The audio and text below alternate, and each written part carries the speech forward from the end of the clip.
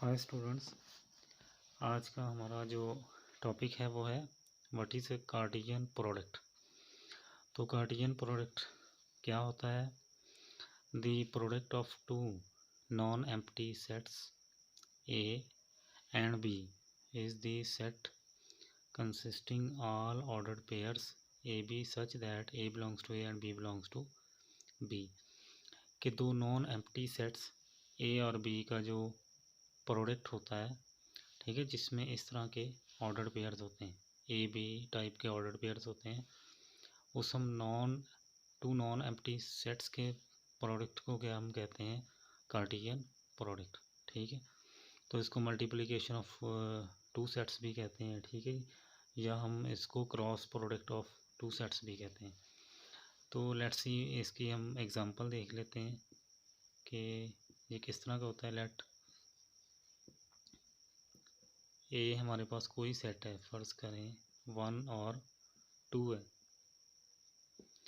और हमारे पास बी कोई सेट है, फ़र्ज़ कर लेते हैं हम, let B is equal to A B.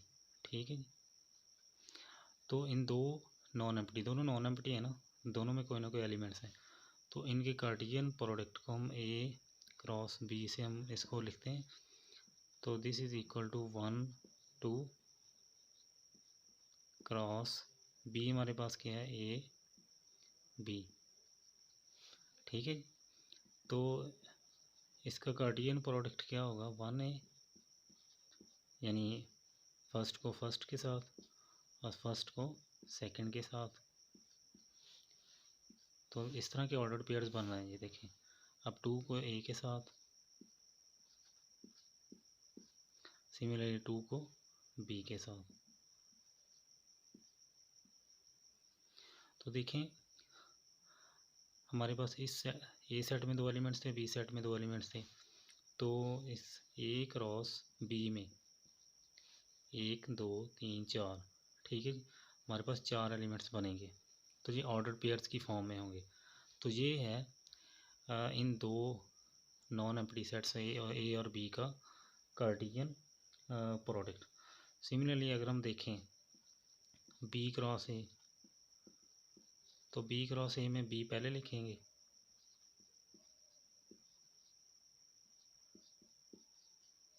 और ए बाद में लिखेंगे।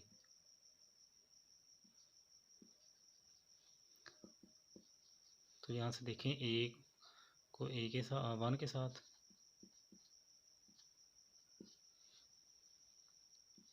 फिर ए को 2 के साथ, फिर बी को 1 के साथ, फिर बी को 2 के साथ। तो ये हमारे पास है बी क्रॉस ए। ठीक है, तो ये हमारे पास यहाँ से बी क्रॉस ए है। ठीक है, अगर हम यहाँ से देखें तो ए क्रॉस बी में ऑर्डर पेयर्स इस तरह के और बी क्रॉस ए में ऑर्डर पेयर्स इस तरह के। तो यहाँ से हम वी सी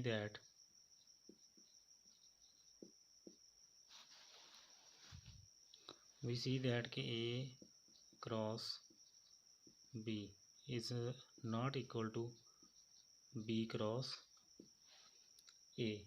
ठीक है, क्योंकि अगर हम फ़र्ज़ करें ए क्रॉस बी में अगर हम कोई ऑर्डर पेयर लेट ये ले लेते हैं 1A, और बी क्रॉस ए में देखें A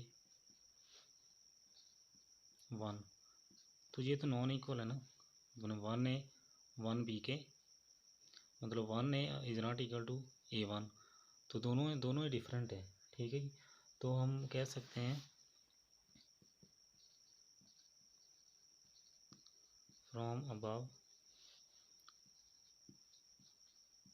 we can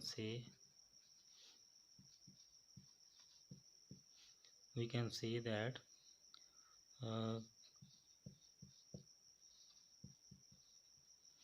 Cartesian product is non-commutative, that is A cross B is not equal to B cross A। तो ये हमारे पास नॉन कम्यूटेटिविटी आ जाती है कि A cross B is not equal to B cross A. तो ये तो था हमारे पास, देखें ये हमारे पास सेट था ए और ये सेट था बी। तो इनका कार्टेशियन प्रोडक्ट ये है और बी क्रॉस ए का कार्टेशियन प्रोडक्ट ये वाला है। तो यहाँ से हम देख सकते हैं कि A cross B is not equal to B cross, हमने एक ऑर्डर पेयर लेके भी इसको चेक करने की कोशिश की है। तो ये हमारे पास नॉन कम्यूटेटिविटी आ रही है यहाँ पर। तो अब हम इसके थोड़े से की पॉइंट्स देखते हैं कि कौन कौन से इसके की पॉइंट्स हैं, इसके मेन पॉइंट्स। अच्छा जी, अब हम कार्टेशियन प्रोडक्ट के कुछ मेन पॉइंट्स की तरफ आते हैं जो कि बहुत ही इंपॉर्टेंट है समझने के लिए। तो सबसे पहले, this is a special type of product of non empty sets also called cross product और मल्टीप्लिकेशन ऑफ सेट्स। अब यहाँ पर नॉन एम्प्टी सेट्स होंगे, ठीक है। तो इसके दो नाम और भी है, क्रॉस प्रोडक्ट या multiplication of sets. The second result is the result of this product is also a set, ठीक है। जब हम दो सेट्स को मल्टीप्लाई करते हैं तो हमारे पास एक सेट ही आता है, ठीक है। तो this is another main point of Cartesian product. The third is the elements in each order pair has a specific order, ठीक है। यानी कि कार्टेशियन प्रोडक्ट के में हर एलिमेंट का एक स्पेसिफिक ऑर्डर होता है। फॉर एग्जांपल, अगर हमारे पास ए भी एक ऑर्डर पेयर है, किससे लिया गया है, ए क्रॉस बी से, तो इसमें जो ए होगा वो फर्स्ट एलिमेंट फर्स्ट सेट ए से बिलोंग करेगा और बी जो है वो सेकंड सेट बी से बिलोंग करेगा।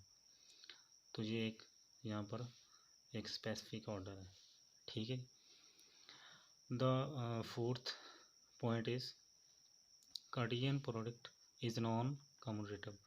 हमने इसकी एग्जांपल में देखा था कि ए क्रॉस बी, ठीक है, वो बी क्रॉस ए के इक्वल नहीं था, ठीक है। मतलब कि A cross B is not equal to B cross A. So this is non commutativity of sets, ठीक है।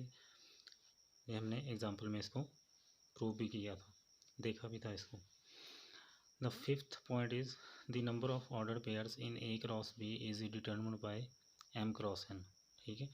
फॉर एग्ज़ाम्पल, अगर हमारे पास ए सेट में 1 2 3 एलिमेंट्स हैं और बी सेट हमारे पास है ए बी सी, तो इसमें एलिमेंट्स कितने हैं, एम, मतलब एम इसमें कितने हैं 3 और इसमें एन कितने हैं 3। तो ए क्रॉस बी में जो एम क्रॉस एन से मालूम करेंगे तो 3 मल्टीप्लाई बाई 3 यानी कि 9 ऑर्डर पेयर्स बनेंगे। कितने, 9 ऑर्डर्ड पेयर्स, ठीक है जी। तो इस फॉर्मूले से हम ए क्रॉस बी में नंबर ऑफ़ एलिमेंट्स मालूम कर सकते हैं। तो ये तो थे इसके मेन पॉइंट्स। तो उम्मीद है कि आपको मेरी वीडियो पसंद आई होगी। तो इस वीडियो को अपने दोस्तों के साथ शेयर भी कीजिएगा और लाइक भी कीजिएगा और सब्सक्राइब भी कीजिएगा।